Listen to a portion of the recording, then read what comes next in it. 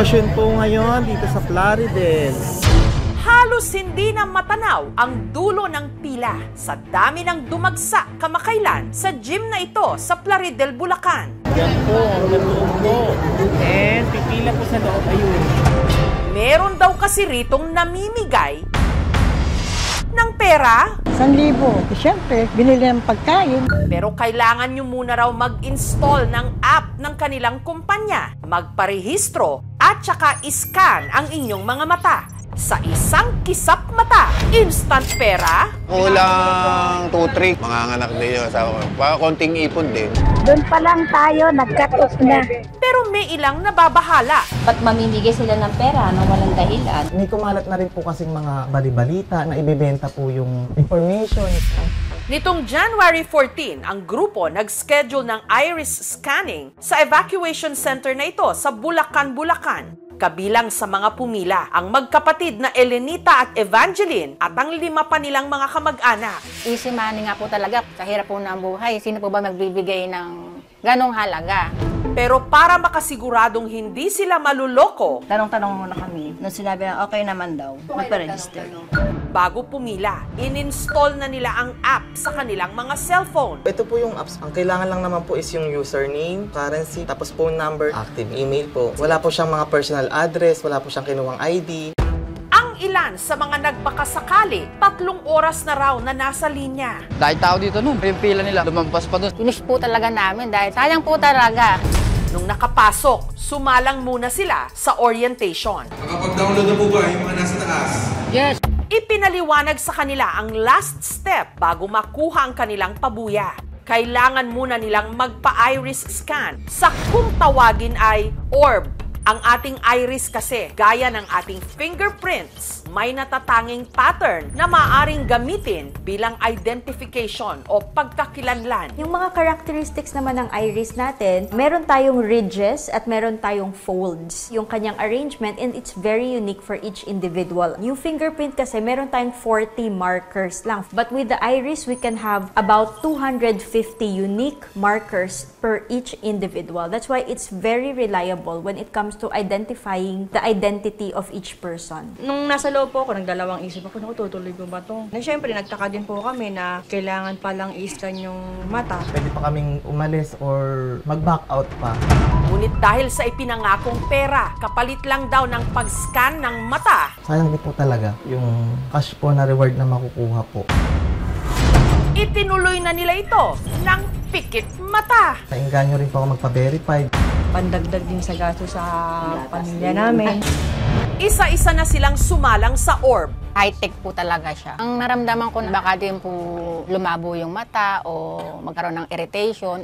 Pero hindi raw nila agad natanggap ang ipinangakong pera. 24 hours po siya bago makuha yung pera.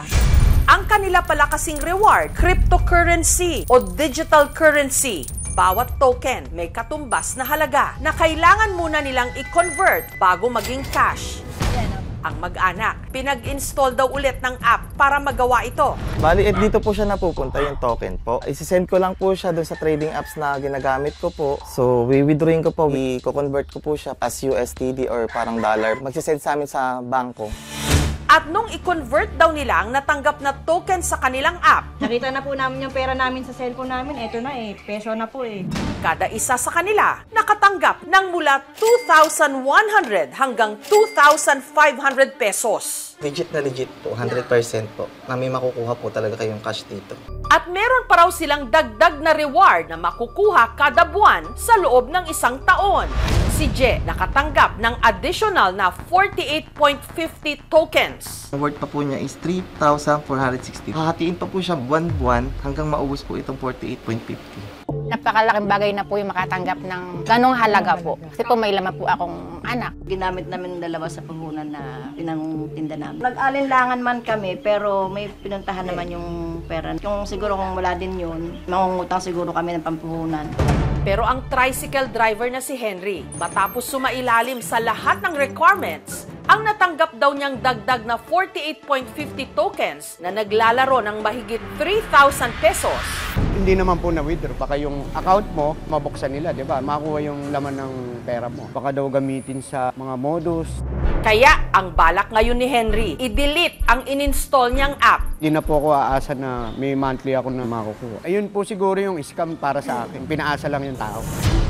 Ayon sa aming pagsasaliksik, ang nasa likod ng proyektong ito, ang World na inilunsad July 2023. Ang isa sa mga nagtatag nito, ang CEO o Chief Executive Officer ng kumpanyang OpenAI na si Sam Altman. I hope that a protocol like World will be an interesting way that people can transact with each other with AI systems.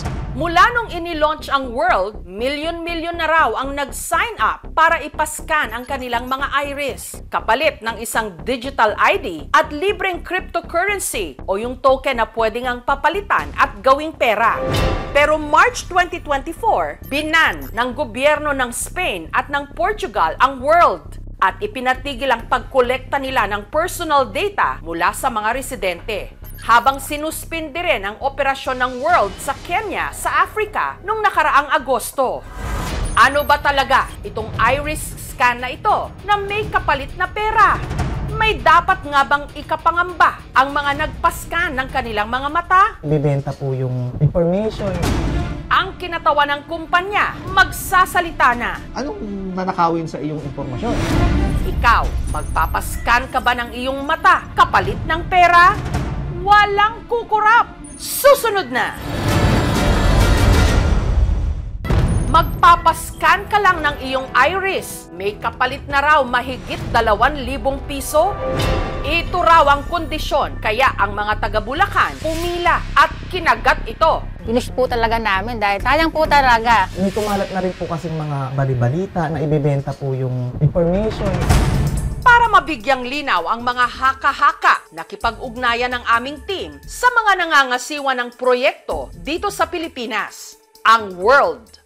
Ayon sa kanilang spokesperson na si Attorney Enrique de la Cruz Jr., nagsagawa sila ng iris scan para mapatunayan na ang nagparehistrong user, mga totoong tao at hindi artificial intelligence o AI. Mas accurate siya kaysa sa facial recognition, kaysa sa fingerprint. Yung scan mo ay kino-convert nila into an alphanumeric code. Walang hihinging impormasyon sa'yo ha. Tatanungin lang kung ano birthday mo para malaman kung ikaw ay above 18. So hindi ini-store ang picture ng iris.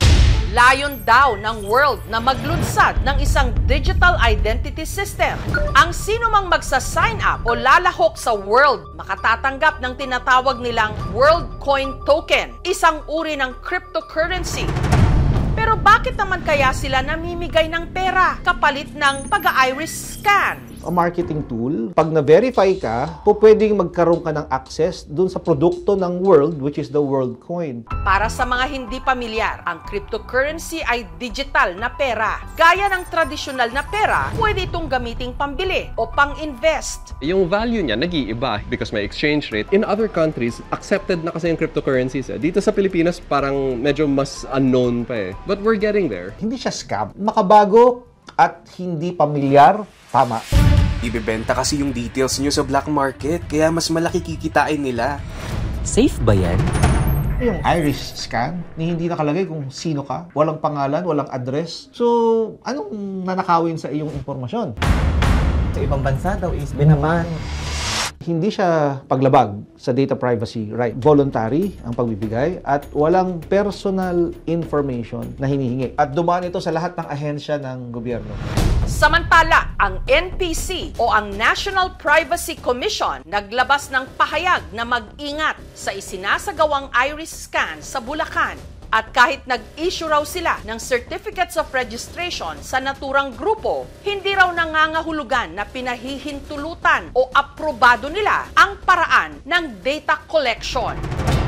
Ayon pa sa NPC, ang biometric data gaya ng iris scan ay sensitibong personal information o data. Kapag ito kasi ay nanakaw, maaaring magdulot daw ito ng privacy at security risk para sa isang tao. Batay po sa datos ng SEC, ang world po ay hindi rehistrado sa Pilipinas. Parati pong pinapaalala ng SEC na lagi lang makipag-transact sa mga rehistradong korporasyon, maging mapanuri.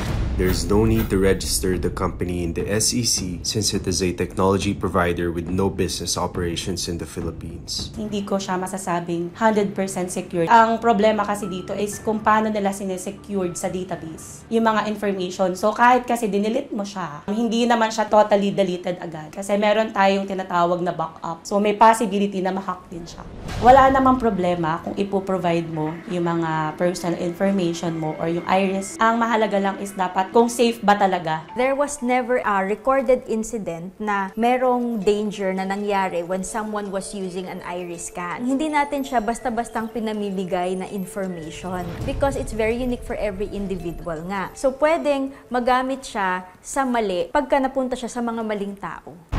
Meron po kaming ginagawang online investigation and cyber patrolling na rin since may nakita po kaming mga news and posts regarding that matter. As of the moment, sir, wala po pong data or na-record na incident ang PNP Anti-Cybercrime Group na ginagamit po yung iris scanner. If ever naman po, kung meron mabibiktima, then they can go here sa PNP Anti-Cybercrime Group office para po mag-report.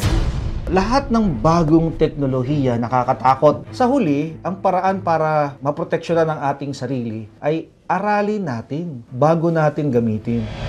Bago kami pumasok sa ganyan, suriin mo na lang mabuti para walang sisihan. Huwag tayong maghahaman dun sa konting isinusuhol sa atin. Kung ano man yung intensyon nila, sana naman po yung maganda.